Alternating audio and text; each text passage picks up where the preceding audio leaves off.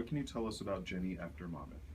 Well, after she and her friends founded Pi Beta Phi, they all kind of went their separate ways, except that she and her uh, really lifelong friend, Emma Kilgore, both lived near Little York.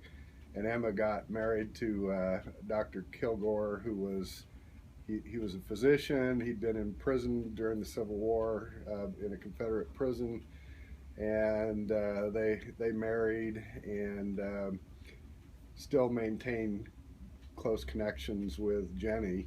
And Jenny was always kind of interested in the medical profession. And Dr. Kilgore came down with cholera, I believe, and nobody would come to the house to help them out or anything. Emma and her husband, but Jenny did, and she nursed them back to health, and so she was, you know, quite from early on. I think she was interested in helping people, and it was kind of during that time that Dr. Kilgore said, you really ought to think about going into the profession, and supposedly he lent her some of his medical textbooks at that point that she sort of eagerly devoured, and he urged her to go to a women's medical school in Philadelphia. He also urged his own wife Emma to go to the school, but she didn't. She decided not to. But anyway, she enrolled, and it was unusual in that time for women to go to medical school.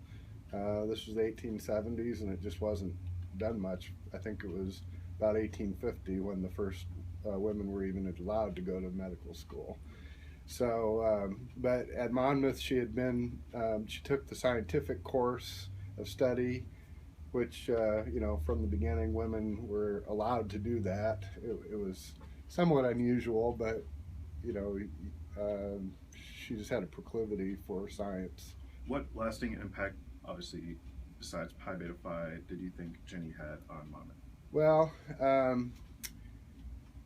you know, I think Pi Beta Phi had an impact beyond just being founded here as the first women's secret society. I think it set the stage for Kappa Kappa Gamma to be founded 3 years later.